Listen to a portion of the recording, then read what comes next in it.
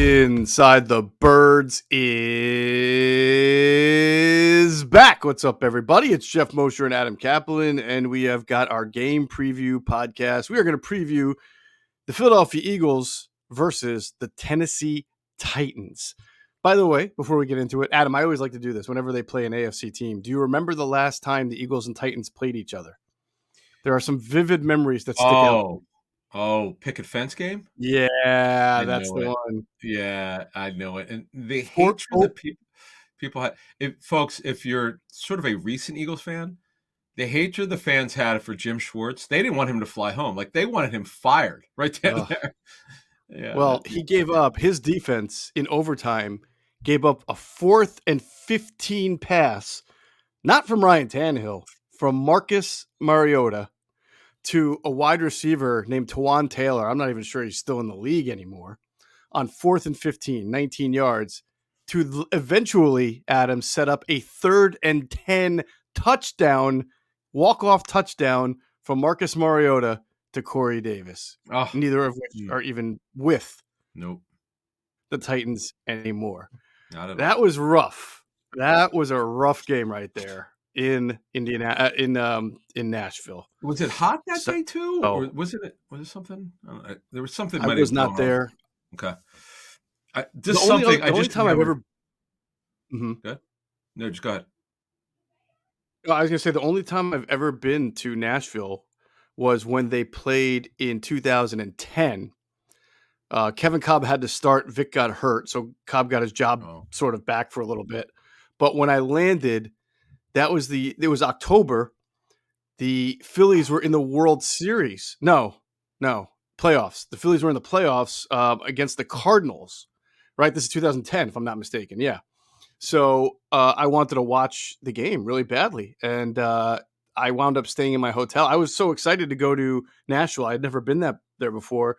So I told myself I'll just watch this Phillies game and then head out late. Well, I'm older than I think at the time. I think it's the game where I think that was the game where Ryan Howard tore his Achilles. Was that against the Cardinals? I'd have to go back and remember. No, it's so fuzzy for me. Didn't he tear it against the Rays? Or am I wrong about that? No, it was definitely not against the Rays. Okay. Not the year they won the World Series. Who the hell? I thought it was against the Cardinals, but now I'm thinking maybe it was against the Yankees. No, I thought it was against the Cardinals. It was the year after they won it. It was the second year, right? Was it the second year after they won it? He tore it. I just looked it up. Game 5 of the 2011 NLDS against the Cardinals. So maybe it was 11 that I was in Nashville and not either that or whatever. Either way, I was in Nashville. Phillies were in the playoffs. I watched the game, so I never got to experience any of the greatness of Nashville because I was just so excited after the game. I went to bed and then woke up and covered a 1:00 game. It's great shopping and all that. Restaurants are great. But was that the Kenny Britt game when he went off? Oh, that is the Kenny Britt game. Yeah. Jeez. Yeah. There you go. Man, he went off in that game. Former Rutgers star, if I'm not mistaken, Kenny Britt. Yep. So anyway, we'll cover this preview this game. A lot different. The names and the players of all different for this time between the Eagles and Titans. We'll get through it. We'll go through the injuries. We'll go through the matchups in this podcast, and of course on Sunday, 10 a.m. at Rivers Casino. Adam, myself, Greg Cosell, Jason Avant will break down the game for a good 2 hours, starting at 10 a.m.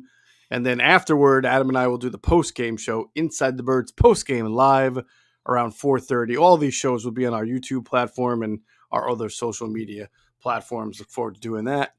Had a great time, by the way, on Wednesday night with our Patreon subscribers. We did an Ask ITB live stream a little later than normal, started at 9:30, but we had some really awesome subscribers join us and ask a variety of questions that some of them were surprising, Adam. Nice job by Kevin, who sort of recalled our careers to how we got to this point and then just asked us about how Inside the Birds came about and the planning. So I had fun with that. Yeah, it was great. In fact, usually we only do these a half an hour. It wound up being an hour. It was great. It was an hour. Yeah, it was cool. It was good. And before that, I had my half an hour chat. So, yeah, it was fun. So, yeah, Patreon subscribers. I talked to Mark Trustman, was it Wednesday night, Thursday night? One of those. So we'll probably have him on again. He did some great work, by the way, for the 33rd team. It's usually about quarterbacks and how the quarterback position is coached. But his interview with us was fascinating, most interesting one we've ever done in our 5 years. Definitely. You got to see that, and we'll do another live stream down the line, and John DeFlippo will call on with us again, and then we're gonna have a GM on. Yeah, we're in December now, so we'll have one on, and we love doing it. In fact, we certainly invite you all to go down to our show, our live show down at Rivers Casino. Good parking there. It's easy to find us. They gave us a platform. It's actually like a stage. It's really cool. It is really cool. It's free. You can just come, show up, hang out with us, meet Jason Avant. It's fun. Meet Greg Cosell. It's a really good time. So and again, we'll be there Sunday. The show starts at 10 a.m. Also, if you want to be a part of our Patreon community, it is patreon.com/InsideTheBirds. Thanks to the many subscribers that we've gotten over the last week and a half, 2 weeks, ever since that Trestman interview, which clearly drew a lot of more people in. So I want to thank them and welcome them aboard as well. All right, a lot of transactions to talk about this week for the Eagles. The biggest one being, and we talked about it on Wednesday's podcast, whether or not the Eagles would wind up getting Jordan Davis into the practice window. They did. He's been out there. Apparently, he told reporters that he lost 20 pounds in the 4 weeks that he was on IR, which is incredible because usually when you're on IR with an ankle injury, you can't do a whole lot of cardio. Did he really say that? Wow. Yeah, 20 pounds. I wish I could lose 20 pounds in a year. This guy lost it in 4 weeks. Wow. Did he say how? Oh, I had heard. Okay, I did. I knew he might have been in a pool or something. I had heard that he was doing some high intensity rehab work. But did he say how he lost the 20 pounds? Dieting. No, I don't know. I mean, wow. In 4 weeks, did he get sick? I mean, no, he was just all natural weight loss. I think you were right about the style of workout he was able to do getting in the pool, which is pretty common for guys who have those kind of injuries. Yeah, to be able to do that. So good for him. But the big question will be, Adam. It sounds like he's trending toward being able to go because he's been able to get on the practice field a little. But I think it would be unreasonable to expect him to be able to play the 20 some odd snaps that he was playing before he got hurt. We'll have to see. He won't need to, honestly. That's a good point with Linval Joseph now, and he won't need to play that many. No. So he did individual on Thursday, from what I understand, and looked good. We'll see the key when you come back for a high ankle is how you are the next day when it's high intensity. Exactly. When you're in real practice, because they only had a walkthrough on Wednesday. Right. So you see how he reacts, see how he feels. They have till Saturday at 4 p.m. Eastern to make the move. There's no rush to get him back. There shouldn't be anyway.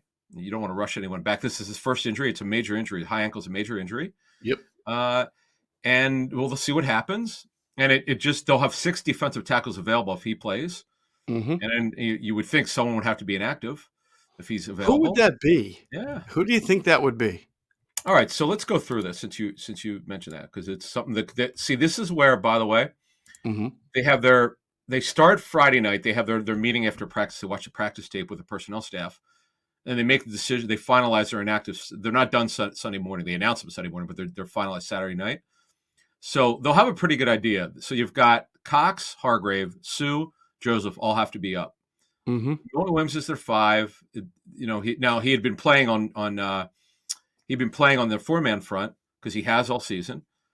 And the question would be, okay, so if Davis is up, who's down? Do you really need to dress 6? I understand they play 2 different fronts. They have their rush front and they have their run front. I get that. But Sue and Joseph are new to this team. They were not with them when Davis was there, so this is completely new to the coaches. This is a good problem to have. And Cox plays best game of the season, folks. Last game, again, we've said this forever when we've done the 5 years of the show. Sacks are only individual plays. They're one play. It's how did the player grade out through whatever many snaps he played. He played really well. Energy was great.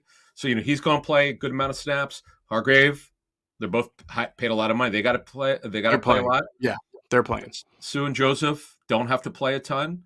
So on the run front, if Davis is active, let's put it this way, folks, if they activate him to the active roster on Saturday, he's playing on Sunday, there's no debate about that. Why would you do it then? So it would be, so on rundowns, you would have your run front of Joseph and Davis rotating. Mhm. And then you know who the three techniques are. Now, obviously, Hargrave could play. He could play the one because he's played it before. Mhm. He's just you have to align him so he doesn't get head up. So the great thing is they've got great versatility. Williams clearly does not run. He can't play the run front because he's too small. Right. Arms are too short. So I would think it would be Williams, but we'll see. I was thinking that too, and then I thought maybe, and only because I'm spitballing here, uh, would they keep Williams, sort of play him sort of a little bit of defensive end, like your big defensive end in against the run, and maybe not have Quinn active and just give him some more That time? would be one. Quinn is done. I mean, you had noted 3 weeks, I guess 2 or 3 weeks ago, Yeah.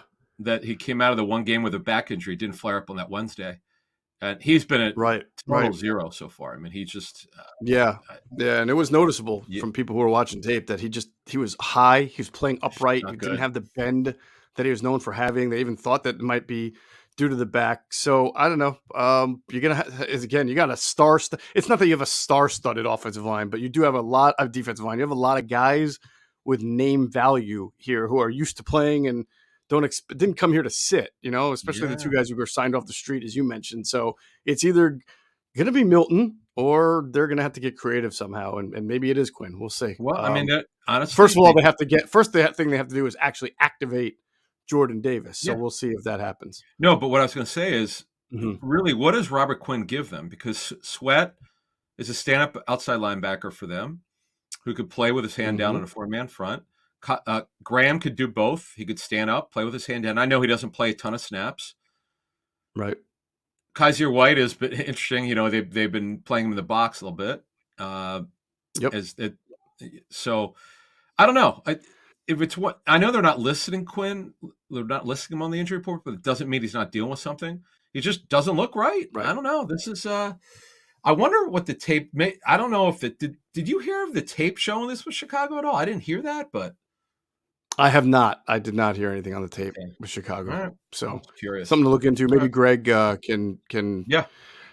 Greg Cosell will give us his breakdown, at least, especially of what he's seen with him as an Eagle.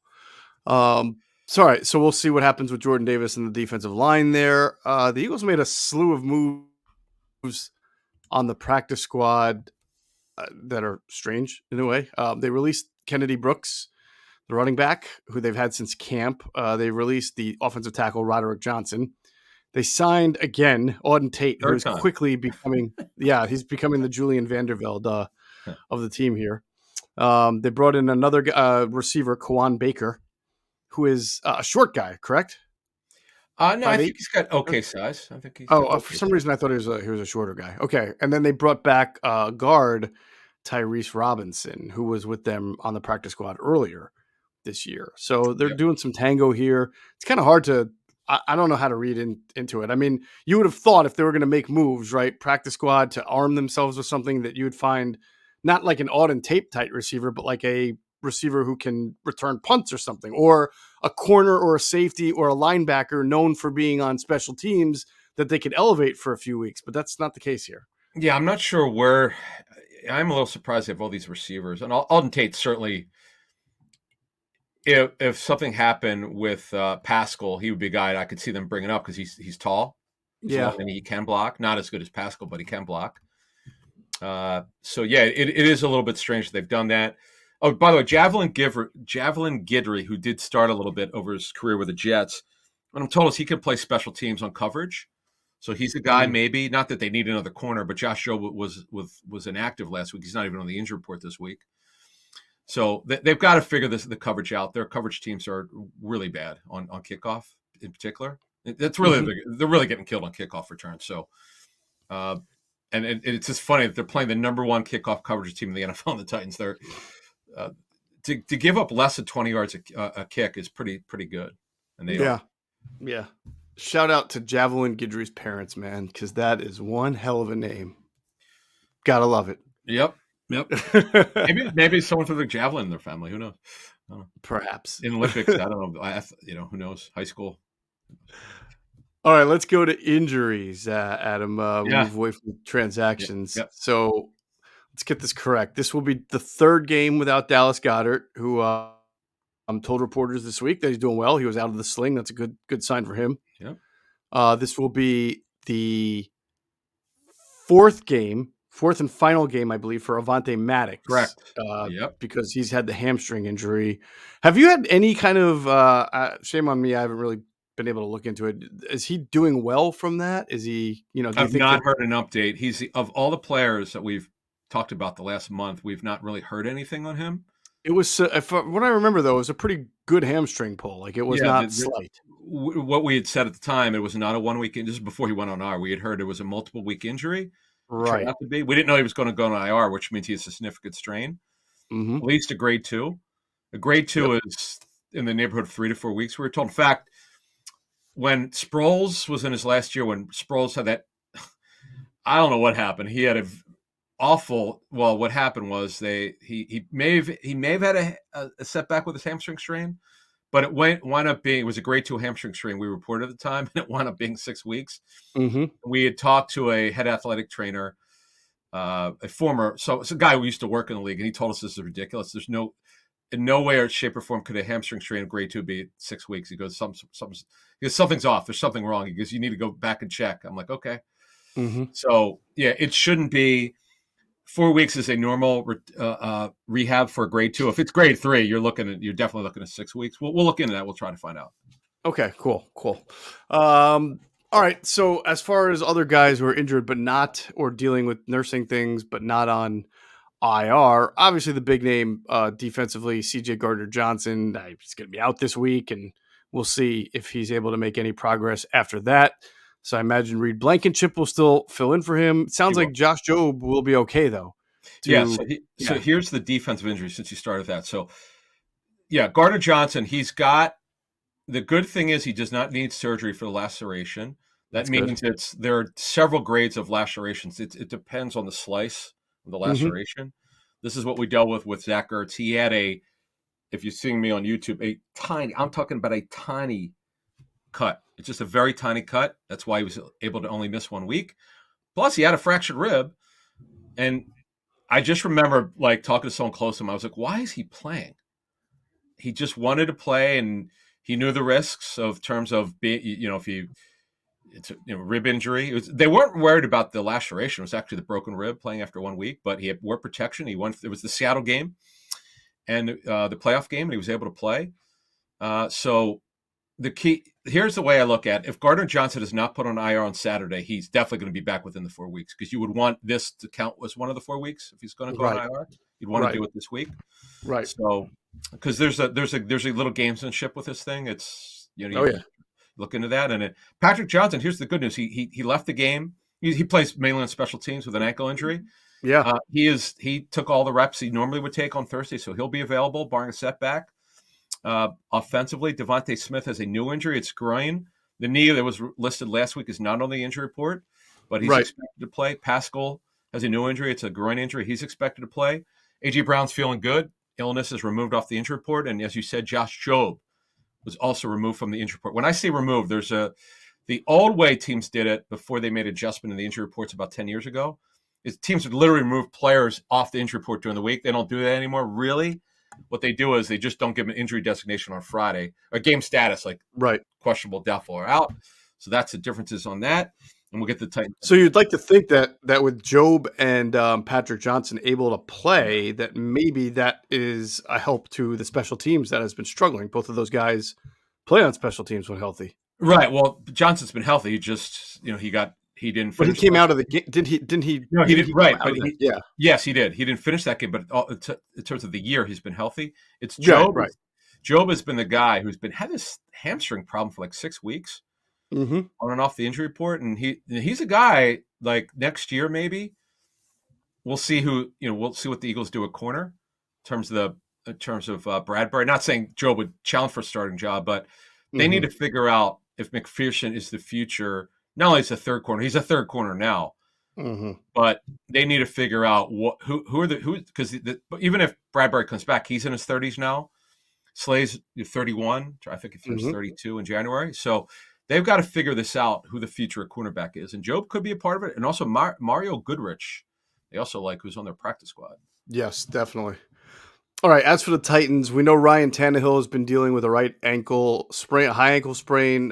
What's his face? Malik Willis started 2 games for them. Ooh, Three? he was bad. Ooh.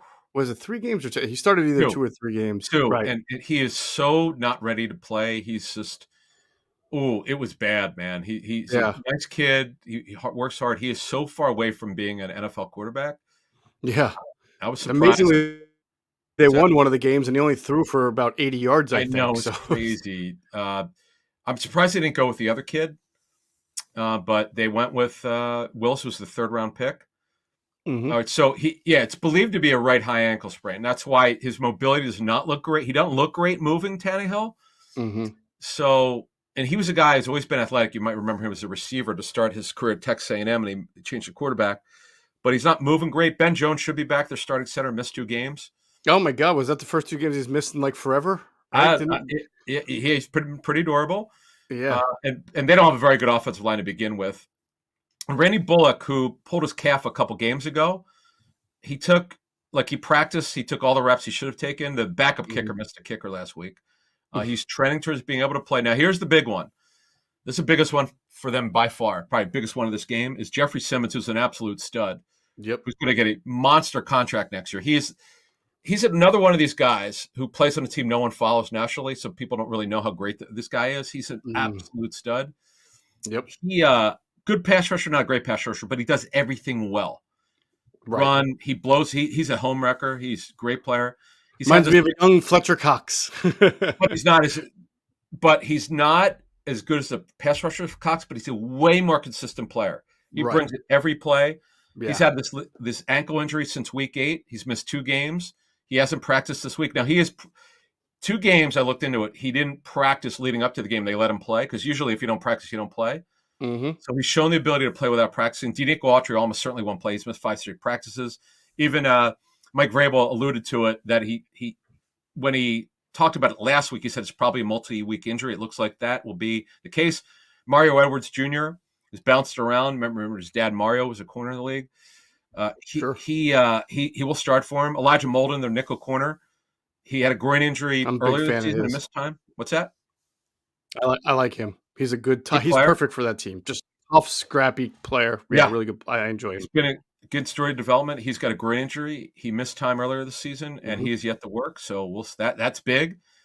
Couple other injuries of note. Kyle Phillips, who was going to be their slot. By the way, the Titans are the Titans. I'm sorry to interrupt. I just want to let people know. The Titans are one of the most injured teams in the NFL. I think they have 15 guys on IR right now. So, kind of a testament to the fact that they're actually 7-4 on how well they're coached and their talent development. Go ahead. They have 4 important players on IR. Kyle Phillips out of UCLA, who got off to a great start, and he's been hurt. He's on IR. I don't know that he's eligible to come back, but not this week. He's definitely not playing this week.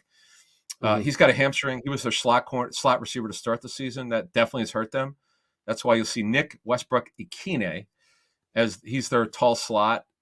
He could play outside or inside, but he's more of an inside player. Taylor Lewan's out for the season with yet another bad knee injury. That's killed them. We'll get into Dennis Daly. He's not very good.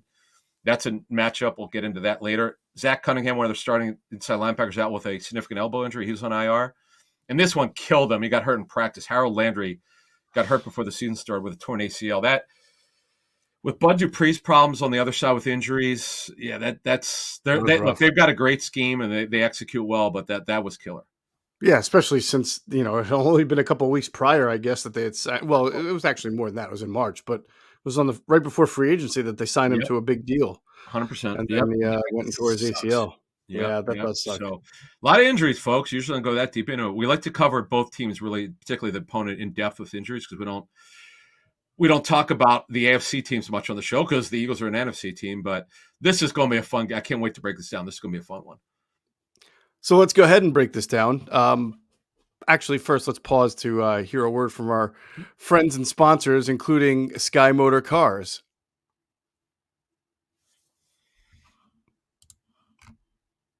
And if you hop into Sky Motor Cars out there in Westchester, PA, make sure you tell them Adam and Geoff sent you. You will get a great deal. You can also visit them at skymotorcars.com. And of course, we always like to tell you to check out our friends at phlsportsnation.com, enhancing the fans' experience with their coverage of all Philadelphia sports teams For the fan, by the fan is their motto. So check them out at phlsportsnation.com. All right, there's two like real sort of marquee matchups in this, Adam. One we'll get into later, which is Derrick Henry against the Eagles' run defense. But I think just conversely, the other, as we'll get into now, is sort of the Eagles' running game, along with Jalen Hurts is a big part of, against this Titans front seven. I mean, this is going to be a battle that's going to be fought in the trenches. And you have a really good Eagles offensive line against, depending again on Simmons and some guys, but it's still a really good physical Titans defensive front. Yeah, I had to take my mute off. Yes. That helps. Yeah, I know. It is. The Titans front is so good and so active. They are so dominant. They're so good against the run. Now, a couple of the running quarterbacks, Daniel Jones, 6 for 25. Mahomes is more of a scrambler than a runner, but he did very well, 6 for 63 and a touchdown. Joe Burrow does both. Quarterback draws and he'll scramble, 9 for 32. But I'll tell you what, the key to this thing, because they don't give up 100-yard games. Barkley got in week 1, he killed them, but since then they've been great against the run. It's hard. I'll tell you what, though, if Autry's out, well, he's almost certain to be out. But if Simmons and Autry are out, that's a different story because that changes everything. They're 34 front. Yeah, they're 34 front, but they change it up a little bit.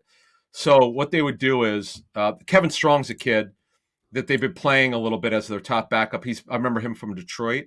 He's been with them for a couple seasons out of University of Texas San Antonio. You'll see him in there. Naquan Jones is not always active, but he's been with them since last year. Yep. The kid Tier Tard is terrific. He's from Philly. He's been a great story as an undrafted free agent out of Florida International. He's been a stud. Tier Tart, huh? I haven't heard much. So good. Yeah. Okay. Again, that's what I was saying. A lot of people don't know this team. I just, for my job, I have to follow 32. And I love talking to people with the Titans about this team, because nobody talks about them. It's like I've liked them kind of like the Chargers, but the Chargers are a little bit more sexy because of the quarterback. Yeah. Kind of like the Texas Rangers. Nobody follows them nationally. That's a good one. Nobody knows who the hell these guys are unless you really follow them.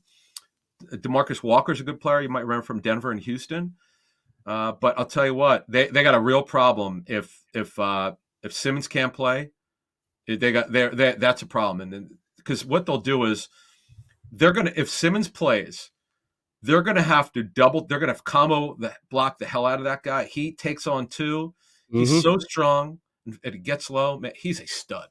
Now he was a huge risk for the team because they drafted him in the first round when he had torn his ACL. Where did he go? Did he go to Auburn? I can't remember where he went. All Jeffrey of a sudden, Simmons somewhere in the SEC. I'm almost positive. Mississippi State, yeah, and he also Mississippi State. That's right.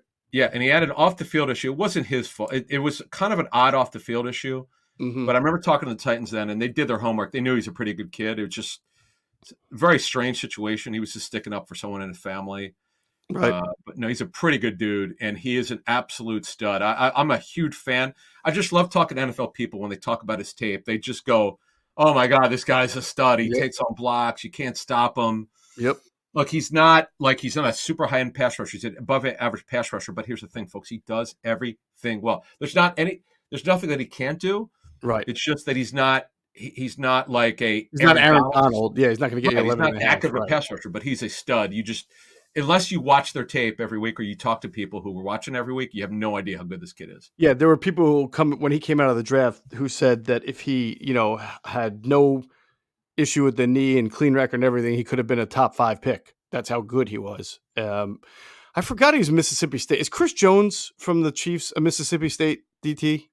Chris Jones he's had a great year in terms of sacks. Yeah, he is from. Yeah. Yep, good call. Yep. All of a sudden, you're looking at Mississippi State. Fletcher Cox went to Mississippi State. That's like DTU. DTU. That's a good point. There. I know. We should look that up. How many guys have come out of that? Those are 3 studs right there. Yep. Yeah, I was going to say it's like they're not getting cheated right now. No, it's really good ones. Yeah, for sure.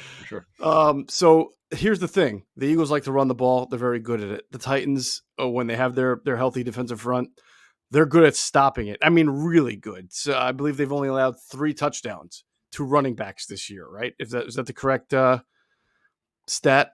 Three, Only three. no, three rushing touchdowns. I'm sorry, three rushing touchdowns to That's running what I backs. said. Yeah, Only three yeah, yeah, touchdowns to rushing yeah. touchdowns to running backs. Right. Unbelievable. That's Yeah. unbelievable. Number one in the It's, NFL. That it's and for fantasy, I'm playing. I have Sanders in 2 leagues. I'm playing him. hmm I'm just going to lower my expectations significantly because here's a question for you. What do you think they'll do? Let's say it's at the 3 yard line, first and goal. Do they throw a pass out to the flat, which they don't do a lot, but because now again, if Simmons is playing, hmm it's just nothing's impossible. You'd pointed out on our show, and it's fair about the Saints when the Saints had the number one rush defense, the Eagles ran all over them. hmm It's not like you can't. You have to try, and you come up with a scheme. You adjust your scheme a little bit to double team these guys. But man, it's hard. So what would you do? Would you get Boston Scott would you get Mr. Goal Line back Kenny Gainwell in there? What do you do? I'm always a fan of trying to throw it to the running back a little bit on early downs. Now, the Eagles only seem to struggle against fronts where Jason Avant made this point, and he's right, where you put a big 320-pound guy over Jason Kelsey, and then it's harder for him to get those double teams going. It's harder for them to move that guy, and he occupies two caps. Jeffrey Yep. Simmons is not that guy. He's only 305, probably. He's built like the three technique types. But But he's a as you leverage guy. mentioned, I was just about to say he plays with such great leverage, and he can sort of play like a 330-pound two gapper if he wants to. So I think they'll give the Eagles some trouble. But if I'm the Eagles, right, I know that every time I'm up against a team that's quote unquote the best team at stopping the run, I've been able to run on them. They did it against Jacksonville earlier this year. They did it against New Orleans Saints last year when they had the number one rush defense. So that's what I'm good at. I'm at least going to try to do it and tell them to, and make them prove that they can stop me. The Okay. only team I've really seen do a good job against the Eagles' run game this year is Washington in both games, by the way. Mm-hmm. The first one, it got kind of lost in the sauce because the Eagles killed them, but the Eagles did not run the ball well in that game, in not just yardage, but average per carry. And Washington has that kind of front where they have two enormous guys in the middle of the defense. So it's not that I'm saying Tennessee can't stop them. I think Tennessee can do some things, but at the end of the day, the Eagles can run against you.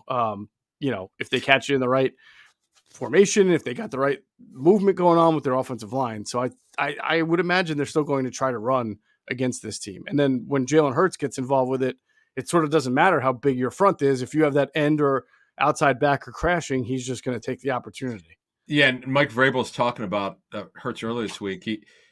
It's interesting. I can't disagree with what he said. He said he's not the fastest guy in the world, but he's so elusive, Jalen. Mm-hmm. Mm-hmm. So it's just this is what I call a coach's game. Going in, the Titans play low-scoring games. Just about every game is low-scoring. In fact, I don't think they're combined scoring. There's only been, let me see, one game over 50 points. That was 2 weeks ago. Actually, no, it wasn't. I'm sorry. There was under 50. It was 27-17. They've not played a game where combined scores over, it looks like 46, which is unheard of. They just play it close to the vest. You know it's coming. Vrabel's the defensive head coach, and they're going to play great defense. They've got a young D coordinator, and I from what I understand, that Vrabel's still involved with Shane Bowen. That's this guy he brought over from Houston with him, and they work for the Texans. Mm-hmm. But they're not a heavy blitz team. They're just so stout and tough.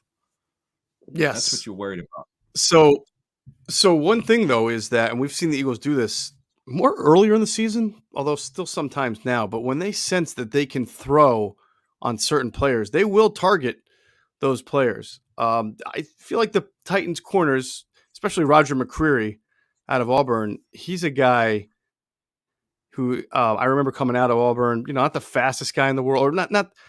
He's a little on the short side, if I'm not mistaken. You got it. Yeah, yep. 5'10". Yeah, you might be able to throw on him, especially if you get AJ or you get Devontae on the outside. You might even be able to get Quez. They stuck him on the outside a little bit. He caught his touchdown last week on the outside. So I do think that there'll be some opportunities for Jalen to throw the ball here. Yeah, McDuffie's smaller, the first rounder for the Chiefs, but this kid fought just around 5'11". Yeah, but he's not a speed by the way, guy. I liked him in college. I thought he was tough. I just didn't know if he could hang on the outside in the NFL. They're corners. It's funny you bring this up because it was on my list, because that was where I was going to go, is that I'm going 11 personnel a ton in this game. The Titans have depth at corner, but they're not fast. I want Quez on the field more than normally would, and I'm taking shot plays. Mhm. The, the one thing you can do, and it's happened occasionally to the Titans, you throw over the top of them because they don't run all that well. They're just so physical. Mhm. I would take some shot plays here. It's not going to be easy. The weather, by the way, is clear. It's going to be fine. The wind won't be too bad. So take your shots. I get it. They don't give up a lot of points. It's hard. It's Buffalo got them, but that was week 2. Remember, Right. they got off to a terrible start at 0-2, and then they clean up their season. So I take my shot plays, and I've been told this repeatedly over my career is that you could they'll do it occasionally. They don't do it a lot. Like they may load up the box, but you could always run against. You just slant your front. You slant your offensive line. If you want to. You could always run an 8-man front. That's not impossible. There's this bad median narrative that you can't run against an 8-man front. Hell, you can run against a 9-man front. Yeah. You just slant your offensive line to one side and run at that Right. side. Or you pull Run. 2 guys, then it gives you, Yeah, it's sort of like an overload. Yeah. Yeah. yeah. I think some, and I've learned my lesson. I've been yelled at before saying that you don't know what you're talking about. Of course, you can run against it. I'm like, okay, show me how. Just like you said it.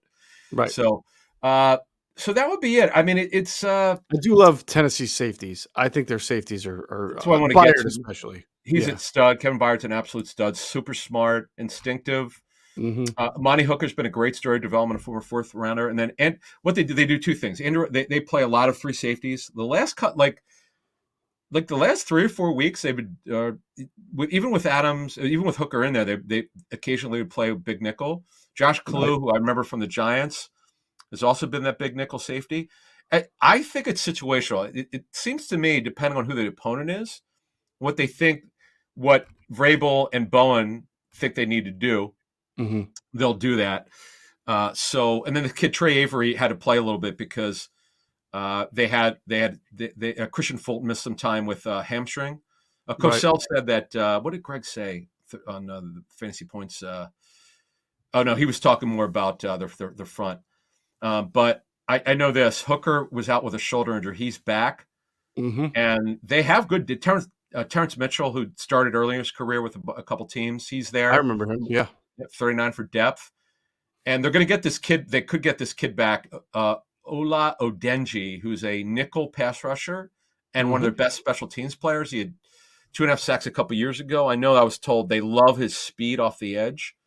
I don't. He just started. He was on. He's on. No, there's of the many guys you were talking about on I was IR. gonna say he's another guy on IR. Yeah. Yep, yep. He's another one. I want to make sure I mention that because I know this team really well. Oh yeah. Then Dylan Cole. I remember years ago starting for the Texans. He's in a rotation with Monty Rice at inside linebacker. And the kid, David Long, I say a kid, he's only in his 3rd year, or 4th year, final year of his contract. David Long, number 51. He reminds me of Drew Tranquil if you follow the Chargers. Mhm. A guy that most people don't know, but he's a really good, solid coverage inside linebacker, good run defender, not the biggest guy in the world, but uh, just instinctive and doesn't make mistakes. They're super well coached. They're an execution defense. You know who's there? I don't know. In fact, he was inactive last week, but he used to be one of the best tacklers in the league. You might remember Joe Schobert. Yeah. Joe Schobert. Yeah, Absolutely. longtime starter for the Browns, and then he signed a major deal with the Jaguars. He kept getting hurt, never really worked out, but that's pretty much it. Christian Fulton's back from his hamstring. There, you mentioned Byard, McCreary. You mentioned Molden with this groin injury. They need him to play as their nickel. Mhm. They show you different. They'll show you some stuff in the back end. And they play their zones really well, tight zones. It's whatever the Eagles get, they're going to have to earn. No doubt about it. Offensive line for the Eagles is going to have to be big, and they are every week. But this is a really formidable defense, a really formidable front. I don't know that they blitz very much. I don't think they have to. They're just solid from top to bottom.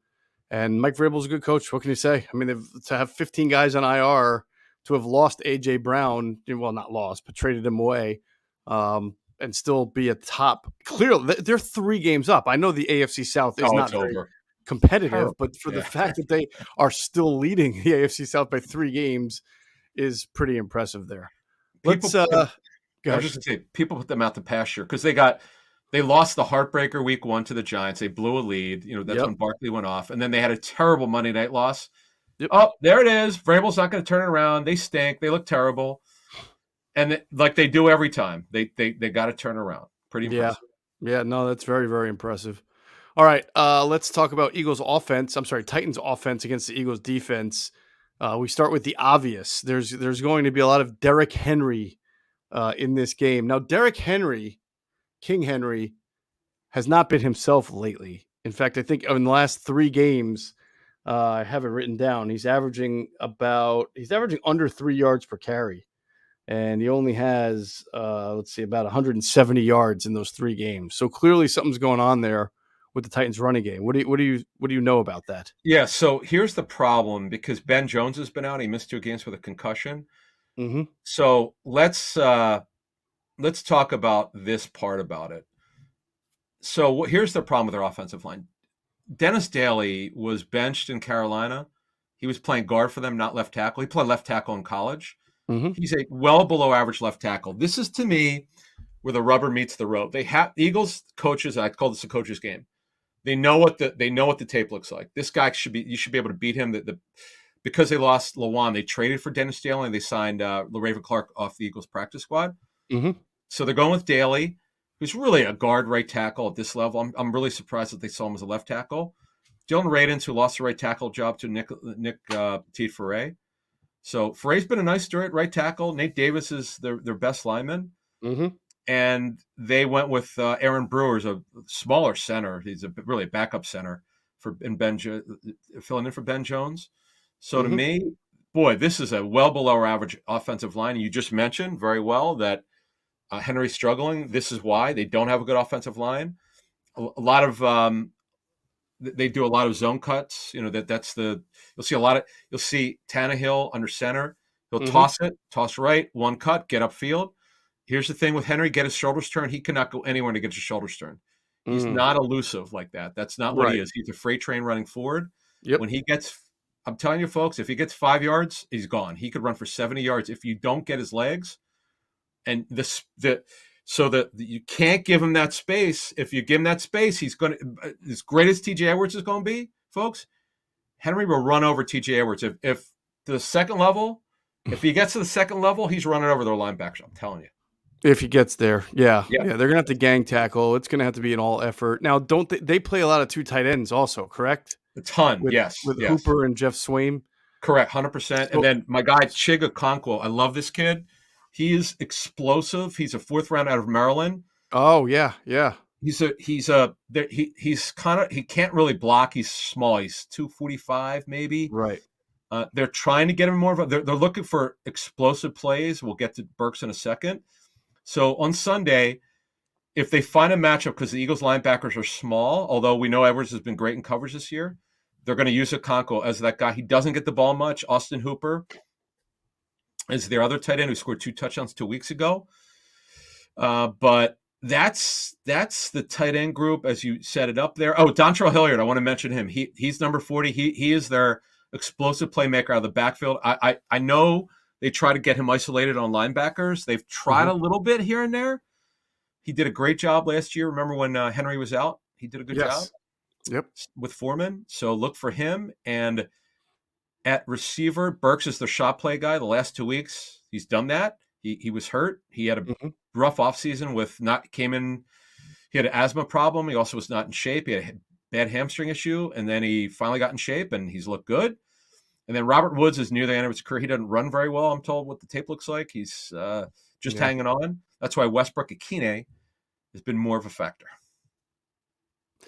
So going back to schematics here, if they play 2 tight ends, and I know they use a fullback, Torrey Carter, occasionally out there, right? So this is why I think it might not be so easy for Tennessee. Is that if they're going to come out, if their bread and butter is 2 tight ends or a tight end and a fullback, so, some sort of 22 personnel, 23 personnel, the Eagles are going to come out in their 5-man front, and they're going to have either Jordan Davis out there or going to have Linval Joseph out there. And that's really not the front that has had the biggest issues for them stopping the run. It's been their nickel front, like the Packers did. The Packers got him in, come out in 11 personnel, spread them out, and then get the double teams going up the middle and run on that nickel front. So that doesn't seem like something Tennessee likes to operate out of. 3 wide receiver, 1 tight end Well, sets. they'll do it with Woods, Burks, and Akine. Mm-hmm. They will do it some 11, but But their they're offensive line, as you just mentioned, isn't very good. not So very if you good. don't Right. have that I extra agree. fullback or I tight know. end on the field, it's really not True. going to do them much. Yeah, Yeah. I agree. I would think heavy. In fact, with this line, with the Eagles' ability to rush the passer, I would think heavy 12 because Geoff Swaim has made his money. That's why he's still in the league blocking. And Hooper's more or less, he's not the pass catcher he was with Atlanta. Mm-hmm. But when Okonkwo comes in, they're going to flex him out in the slot, and he's probably going to run a pass route. So they have trouble scoring, and I just think the difference. We'll get into our predictions in a couple minutes here. I just think that if the Eagles are going to win this game, and I think it's going to be tight, the way they're going to win it is their D line versus the well below average Titans offensive line. Yeah, and plus you've got Tannehill out there who's used to hurt teams because of his mobility. Not like Jalen Hurts, but like Right. just to be able to. He was very athletic. I mean, he used to be, like you said, a wide receiver. So he was able to get out of the pocket and buy himself some time. And now he's a little bit hobbled. This is rough. You're coming into Philly. I just We going. yeah, I'm not liking not giving my pick away yet, but sometimes a team that can run the ball, I've said all year, I think can give the Eagles some real problems, and they have at times. But I think you have to have a good marriage to be able to beat the Eagles, of being able to run the ball and then sort of interact. You need to be able to me, in my opinion, go from 11 to 12.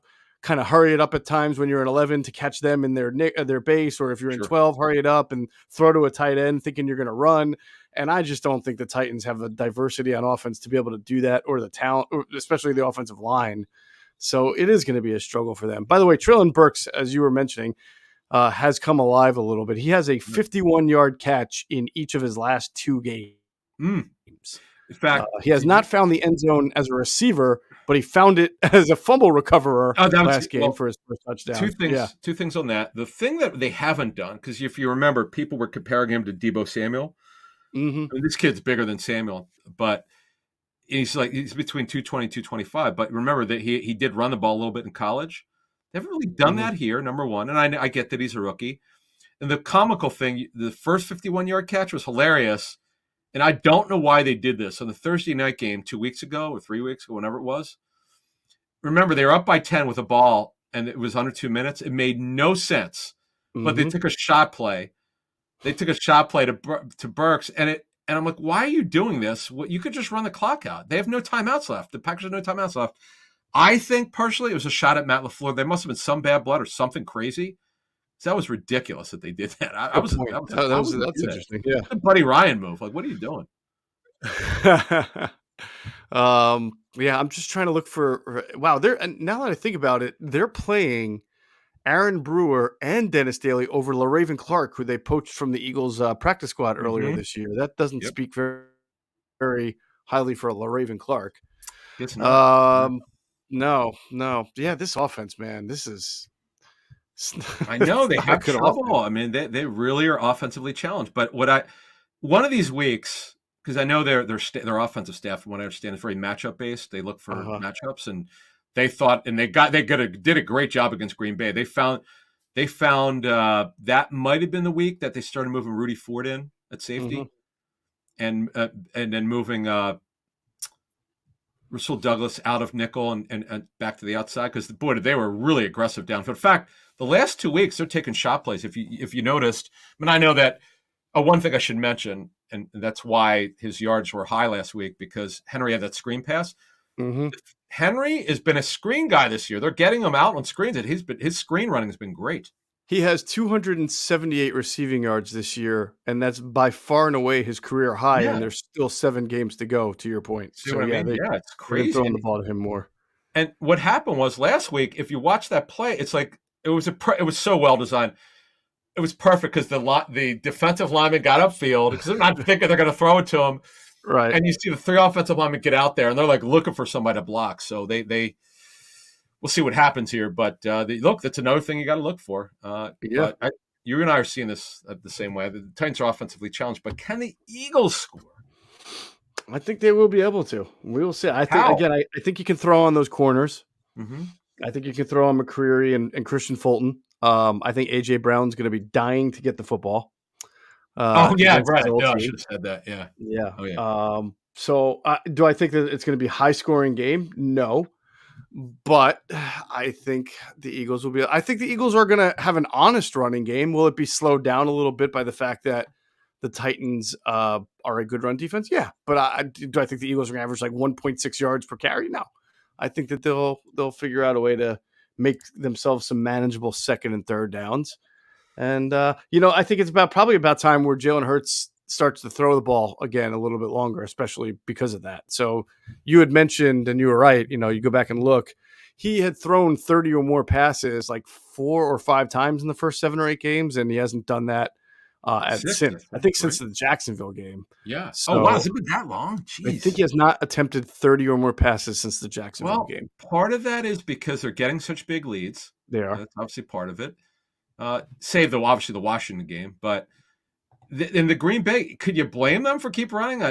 We've done the show for 5 years. I always say they should come out throwing. They usually do, but heck, how could you blame them? I mean, it's when the other team is not resisting. They're literally like, okay, keep running. We're just going to move to the side here, or we won't actually tackle the ball carrier. Keep running.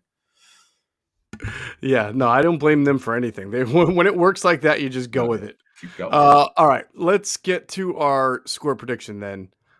The Eagles, according to BetRivers.com or the BetRivers app, this is surprising to me. They're only 4.5 point favorites, which What I would is have. one of their most narrow favorite margins in quite a while. And the total for the game, the over/under is 44.5, which I think makes a lot of sense. Is that Um, high? No, is that a I little high? actually think it's a little high, but Yeah, again, that's low for an NFL game, but high for a Titans game, I would imagine.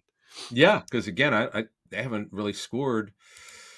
I don't think they even combined 48. In fact, let's see, 41, 48 in week 2, 46 in week 3, then Mhm. 41, 38, 29, 27, 37, 27, 44, and 36. Yeah, where are they getting 44 and a half? It's I don't crazy. know. Okay. All right, Adam, I'll start with you. How do you see this game going? I've got it. Birds. Let me see. What did I turn into you?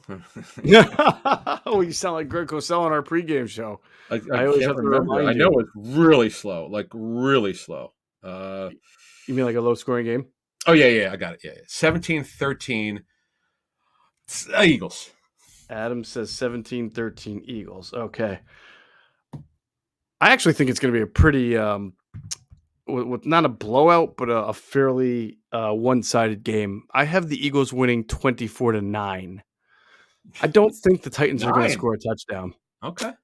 Now, the only way I can see this guy, not the only way, but one of the, if what's this? If Tannehill puts the ball up in the air and there's a pass interference and it gives the Titans the ball inside the 10, of course they're going to give it to Derrick Henry and he's probably going to score. Um, but I kind of see them meandering up and down the field, eventually running into a bad third down. And I just think the Eagles pass rush is going to kill this offensive line. I know that's Uh, my point. I think yeah. if their line dominates, yeah, could they win by 10 or more? Sure. Yeah, Sure. so they won't be afraid. They'll and by the way, Reed Blankenship of Jason Avant and Quentin Michael noticed this. For all yes, he had the pick. He had some coverage flaws, but he is not afraid to come up and hit.